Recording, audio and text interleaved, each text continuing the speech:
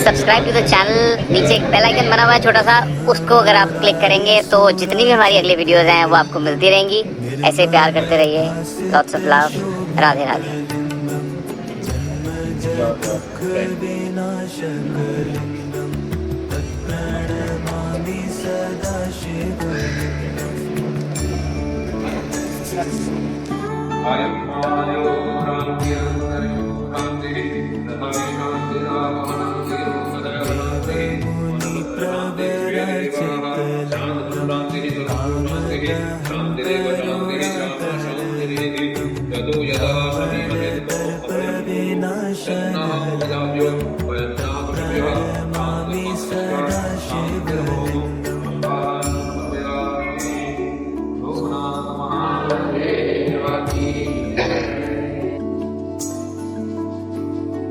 सर्वसुगन्धि सुलेपितलिङ्गं बुद्धिविवर्धन कारणलिङ्गं सिद्धसुरासुरवन्दितलिङ्गं प्रणमामि सदा शिवलिङ्गम्।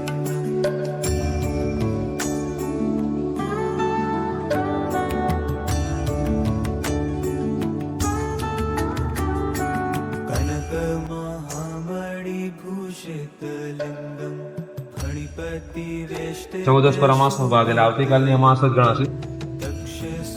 આખો દિવસની અમાસ છે અને ગુરુવારે 19 તારીખે નવા વર્ષની શરૂઆત, ચૈત્ર મહિનો ગુડી પડવો કહેવાય અને આપણા નવા વર્ષની શરૂઆત અહીંથી પણ થાય અને કારતક મહિનાથી. બે વર્ષમાં, બે સમયમાં નવું વર્ષ કહેવામાં આવે. બરાબર, બંને પિતૃપક્ષનો મહિનો છે, કારતક મહિનો અને ચૈત્ર મહિનો. ચૈત્ર માસનું મહત્વ સૌથી ઉત્તમ અને સર્વશ્રેષ્ઠ એટલા માટે કે આ માસ દરમિયાન આખા મહિનાની અંદર ભગવાન શિવની ઉપર જેટલો પણ તમે અભિષેક કરો એટલું ભગવાન શિવની કૃપા સૌથી વિશેષ પ્રાપ્ત.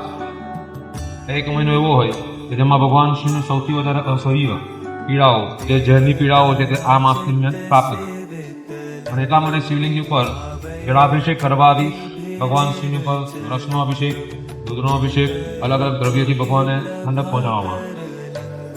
બરફ પણ ભગવાનને અર્પણ કરવામાં આવે, જેનાથી ભગવાન શિવને અંદર રહેલી ગરમી શાંત થાય અને એનાથી આપણા પર કૃપા થાય. આ મહિનામાં ચડાવેલું પાણી પિતૃઓ સુધી પહોંચે છે. એટલા માટે પિતૃપક્ષમાં, વદ પક્ષમાં પાણી ચડાવવાનું મહત્વ છે. તો આખા મહિનામાં તમારી જેટલી પણ સેવા થાય એ પ્રમાણે ભગવાન શિવને પર પાણી અર્પણ કરવાનું અને ભગવાન શિવની કૃપા પ્રાપ્ત કરવાની. એ ચૈત્ર મહિનાનું સૌથી વિશેષ મહત્વ છે. આ જ મહિનાની અંદર ભગવાન શ્રી રામ અને ભગવાન હનુમાનજી મહારાજનો બેવનો જન્મ પણ આ જ મહિનામાં, બરાબર, એટલે સર્વોત્તમ મહિનો. રામ કોણ છે? રામ કોણ છે?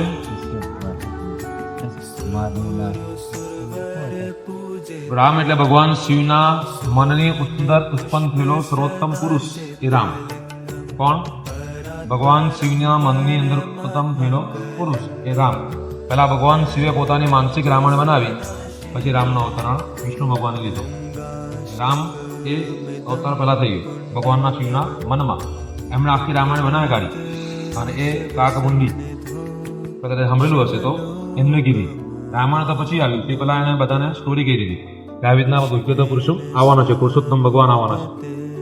એ ભગવાન શિવના મનમાંથી ઉત્પન્ન થયેલા છે. અને પછી રામ ભગવાનનું અવતરણ થયું, પછી બધી રામાયણ રચના થઈ. એ પહેલા તો કેટલા બધા જણે રામાયણ સાંભળી લીધી, બરાબર ને? એ ઉત્તમ પુરુષ એટલે ભગવાન શિવ રામના જપ કરે. કોના જપ કરે? કેમ કે એમનું સર્વોત્તમ જે મર્યાદા પુરુષ છે એ એમના મનમાં જે ઉત્પન્ન થયેલા તે ભગવાન શ્રી રામ. તો રામ મોટા કે શિવ મોટા?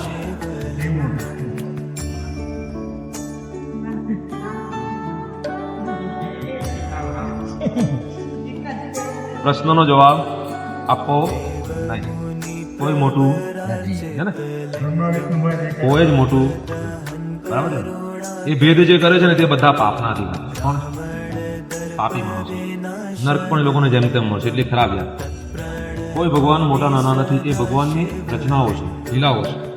જે પૃથ્વીલોક પર રહેતા મનુષ્યને અલગ અલગ પ્રકારની કૃતિઓ કેવી રીતે કરવાની, કેવી રીતના જીવન જીવવાનું, તેના માટે ભગવાને અવતર લીધું. બધા ભગવાન કહેવાય. અને તેનાથી ઉપર આવે તે દેવ કહેવાય, દેવની ઉપર ગયા તે બધા ઈશ્વર કહેવાય. તે એક જ છે શિવ, જે ઈશ્વર કહેવાય. બરાબર ને? જેનો કોઈ અવતરણ નથી. ઈચ્છા ધારે તે મુજબ બધા ચાલે. અને જે શરીર લઈને આવે તે બધા ભગવાન કહેવાય. એટલે રામ ભગવાન, કૃષ્ણ ભગવાન એ ભગવાન કહેવાય, જેનું મૃત્યુ થયું. જેને શરીર ધારણ કર્યું એનું મૃત્યુ થયું એ અવતાર ભગવાનના, પણ તેને ભગવાન કહેવામાં આવે, ઈશ્વરના અવતાર. હા, બધા ભગવાન કહેવાય. તો ભેદ ક્યારે કરવો? કોઈ પ્રશ્ન પૂછે તો કહેવાનું. શું કહેવાનું? અમારે માથાકૂટ જોઈતી. તારે જેને મોટું માનું તે માન. બરાબર છે? શું કહેવાનું? તારે જેને મોટું માને માન, તું જાણે, તારું કામ. જેટલું તમે એને કહેશો, જવાબ આપશો, એટલા એ વધારે પ્રશ્નો ઉભા. કારણ કે આપણા સનાતન ધર્મની અંદર રાઉન્ડનું મહત્વ છે, હંમેશા ગોળ ફરે છે. सब्सक्राइब टू द चैनल તમે જ્યાંથી શરૂઆત કરશો પાછા ત્યાં જ ફરી ફરીને उसको ત્યાં अगर આવશો. आप क्लिक करेंगे કોઈ तो પણ જગ્યા પર जितनी જવાબ हमारी પરિપૂર્ણ अगली નથી वीडियोज़ हैं, મળતો. वो आपको मिलती रहेंगी. પરમ ऐसे તત્વ એવી प्यार રચનાઓ करते કરી છે જેનો रहिए. Lots of love. કદાચ તમે શોધવા જાઓ તો બી જવાબ ના મળે. એને ઈશ્વરી તત્વ કહેવાય. એને ભાવનાથી સમજાય. એની ભાવના જે સ્થિતિ પર ઉત્તમ લાગે એ તમારા સર્વોત્તમ ભગવાન. બરાબર? શ્રદ્ધા શિવ પર ઉત્પન્ન થઈ તો શિવ ઉત્તમ જ છે તમારા માટે. હે ને? રામ પર શ્રદ્ધા આવે, રામ ઉત્તમ. કૃષ્ણ પર શ્રદ્ધા આવે, શાશ્વત ભક્તિ જે કહેવાય, શારીરિક ભક્તિ કહેવાય, એ રામ કૃષ્ણની ભક્તિ શારીરિક ભક્તિ છે. ભગવાનના શરીર સ્વરૂપે દેખાયા અને સાકાર સ્વરૂપમાં ભગવાન ભક્તિ એ સાકાર ભક્તિ કહેવાય. જે રામને ભજે, શિવ કૃષ્ણને ભજે, ઉત્તમ ભક્તિ છે. એનાથી સર્વોત્તમ આપણે સરળતાથી આગળ વધીએ. કેમ કે આપણા જેવું શરીર છે, સરળ છે આપણા માટે. ત્યારે શિવની ભક્તિ જરાક આકરી છે, કેમ કે નિરાકાર સ્વરૂપ છે. એને સમજવા ભેદ લેવો ભારે કામ. એને બધી વસ્તુની પૂજા આવે. ખાલી શિવ જ એવા જેની સાત્વિક ભક્તિ બી આવે, તાંત્રિક ભક્તિ બી આવે, ને રાજસિક ભક્તિ, રાજાની જનતા, બધી વસ્તુની અંદર આવે. એટલે એ ભેદ કરવું બહુ ભારે કામ. એટલે એક જ વસ્તુનો જવાબ આપવાનો કે મને કંઈ ખબર પડે ને તારે જે કરવું છે. પણ મોટો એવો પ્રશ્ન આવે ત્યારે કોઈને કંઈ જવાબ આપવા. ઈશ્વર તત્વ એક જ છે. જ્યાંથી બી તમે દોડશો ને એ ત્યાં જ પહોંચો, એક જ જગ્યા. જે ભગવાન પર તમને શ્રદ્ધા ઉત્પન્ન થાય અને કોઈ ચિંતા કરવી. રાધા બોલો કે શિવ બોલો, શિવ કહેવાય, શિવનો અવતાર જ રાધા છે. એવું મને જાણવા મળ્યું, વાંચવા નથી મળ્યું, જાણવા મળ્યું. હે ને? હવે આગળ તો જ્યારે વાંચવા મળશે ત્યારે આપણે વિચારીશું. પણ જે બી કરશો એ બધું ભગવાન સ્વીકાર્ય કરશે. હંમેશા મન સ્વચ્છ રાખી, કર્મને સ્વચ્છ રાખો, બધું કામ ઇઝી બની જાય, સરળતાથી કામ આગળ વધે. તો આપણું સૌથી ઉત્તમ ને સર્વોત્તમ મહિનો હોય ચૈત્ર મહિનો છે, જે 19 તારીખે ગુરુવારના દિવસે સ્ટાર્ટ થઈ જશે. ચૈત્ર નવરાત્રની શરૂઆત ગુડી પડવો કહેવાય. એ દિવસે તમારે શુભ શરૂઆત કરવાની, કંકુની ખરીદી કરવાની. સારામાં ઉત્તમ કંકુ તમારે બજારમાંથી લાવવાનું, નવું 100 ગ્રામ 50 ગ્રામ જેટલું લાવવું એટલું ઘરમાં લાવીને મૂકવાનું, પૂજાના કાર્યમાં વાપરવાનું. તે દિવસે વેચાતું કંકુ લેવું, બધું સર્વોત્તમ કહેવાય. કંકુની ખરીદી, સોનાની ખરીદી, આ બધું કરી શકે. હે ને? આ બધી વસ્તુ લેવાનું હોય. જે સર્વોત્તમ છે તે કંકુ છે, સોનું છે, ચાંદી છે, જે સર્વોત્તમ એ વસ્તુ ખરીદવાની અને ઘરમાં લેવાના. નવા કપડાં લઈ શકો તો, જેવી તમારી કેપેસિટી, જેવી તાકાત, એ વસ્તુ નવી લેવાથી એ સર્વોત્તમ વસ્તુ તમારા આખા વર્ષને સર્વોત્તમ બનાવે છે. એટલે કંકુ એમાં સર્વશ્રેષ્ઠ છે. બરાબર? તો ગુડી પડવાનું મહત્વ ત્યાંથી શરૂઆત થાય.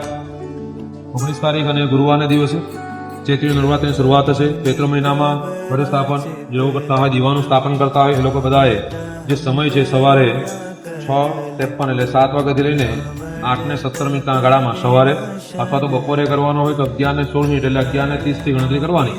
2 વાગ્યા સુધીના ગાળામાં તમારે દીવો કે ઘટ સ્થાપન કરવું હોય તો કરી શકાય. બરાબર છે?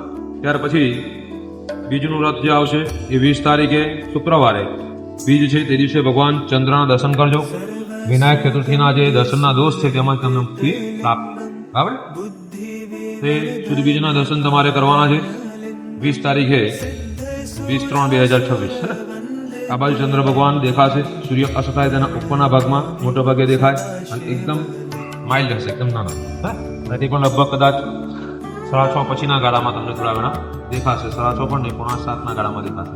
25 મિનિટ માટે દેખાય, પછી 15-20 મિનિટ જેવો દેખાય. તે 6:30 સ્ટાર્ટ થાય ને 6:15 5:30 સુધીમાં લગભગ નીકળી જશે. બરાબર? તો એ ભગવાન ચંદ્રના દર્શન તમે કરજો શુક્રવારે 20 તારીખ. ત્યાર પછી પાંચમનું વ્રત કરતા હોય, ચોથનું વ્રત કરતા હોય તે લોકો માટે 22 તારીખે ચોથ છે, રવિવારે વિનાયક ચતુર્થી, અને 23 તારીખે વ્રતની પાંચમ, અને 26 તારીખ ગુરુવારે આઠમ, દુર્ગાષ્ટમી, મહાષ્ટમી. જે લોકો વ્રત ઉપવાસ કરતા હોય એ લોકો માટે એ દિવસે હવન કરવા માટેનો દિવસ એ ગુરુવારે 26 તારીખે, અને તે દિવસે રામનવમી પણ તે દિવસે જ રહેશે. બરાબર?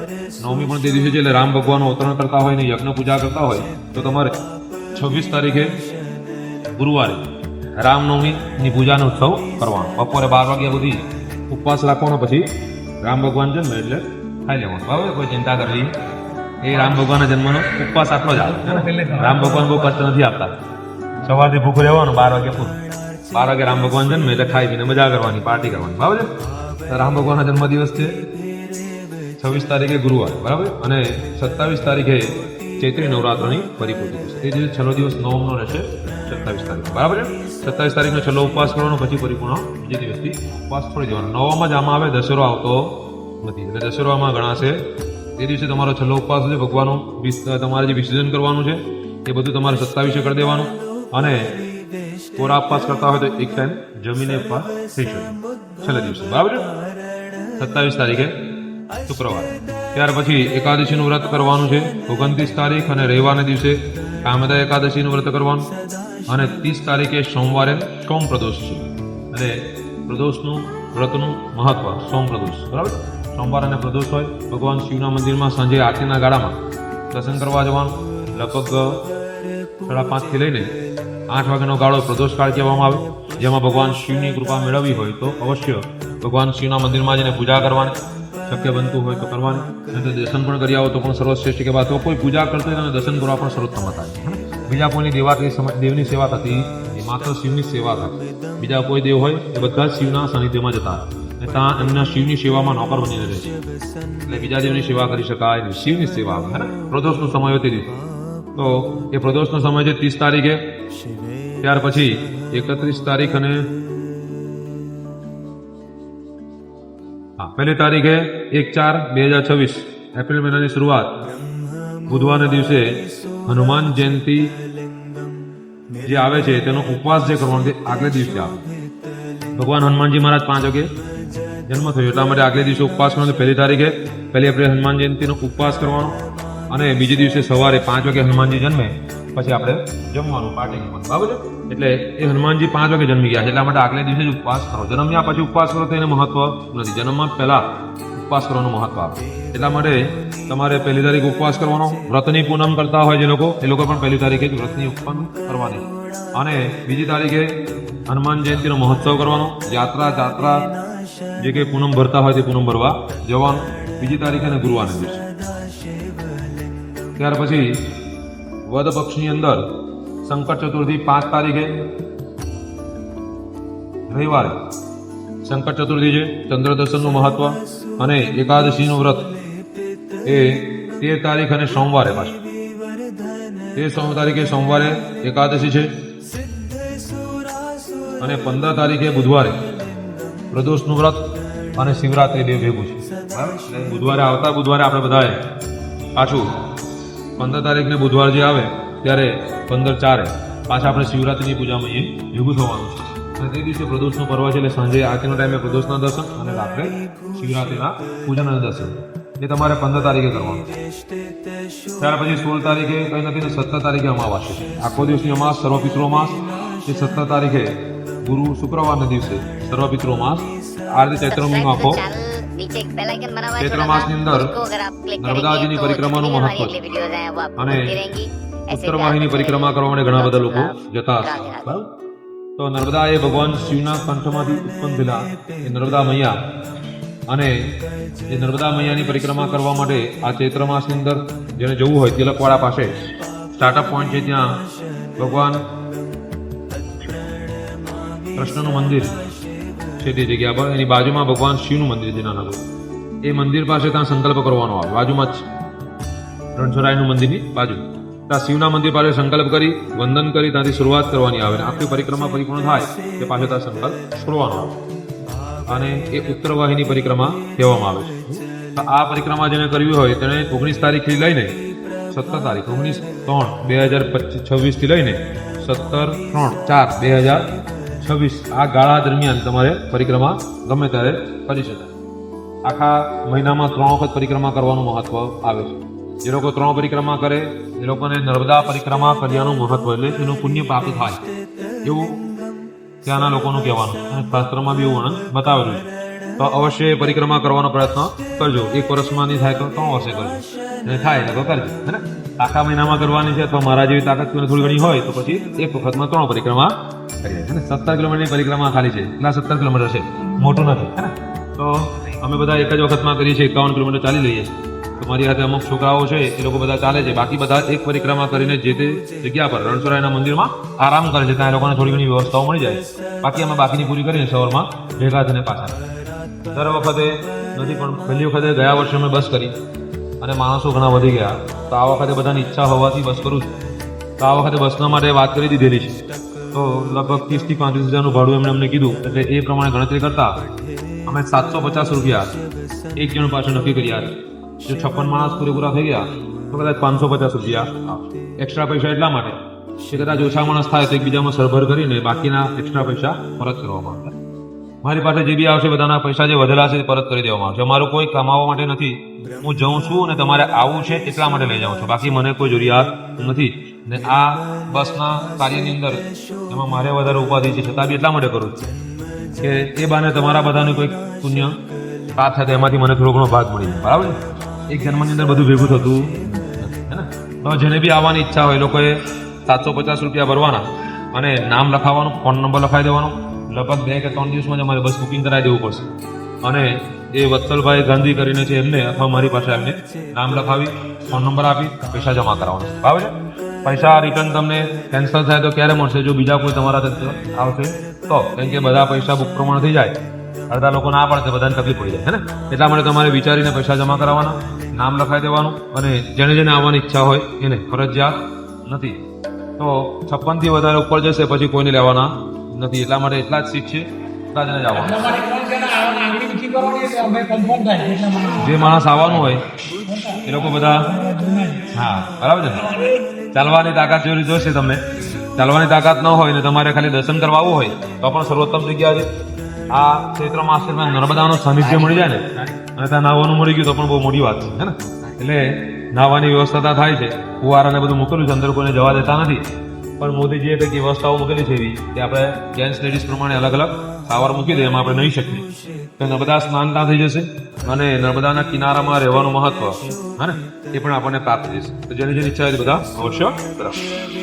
નમઃ પાર્વતી પતયે હર महादेव हर श्री सोमनाथ.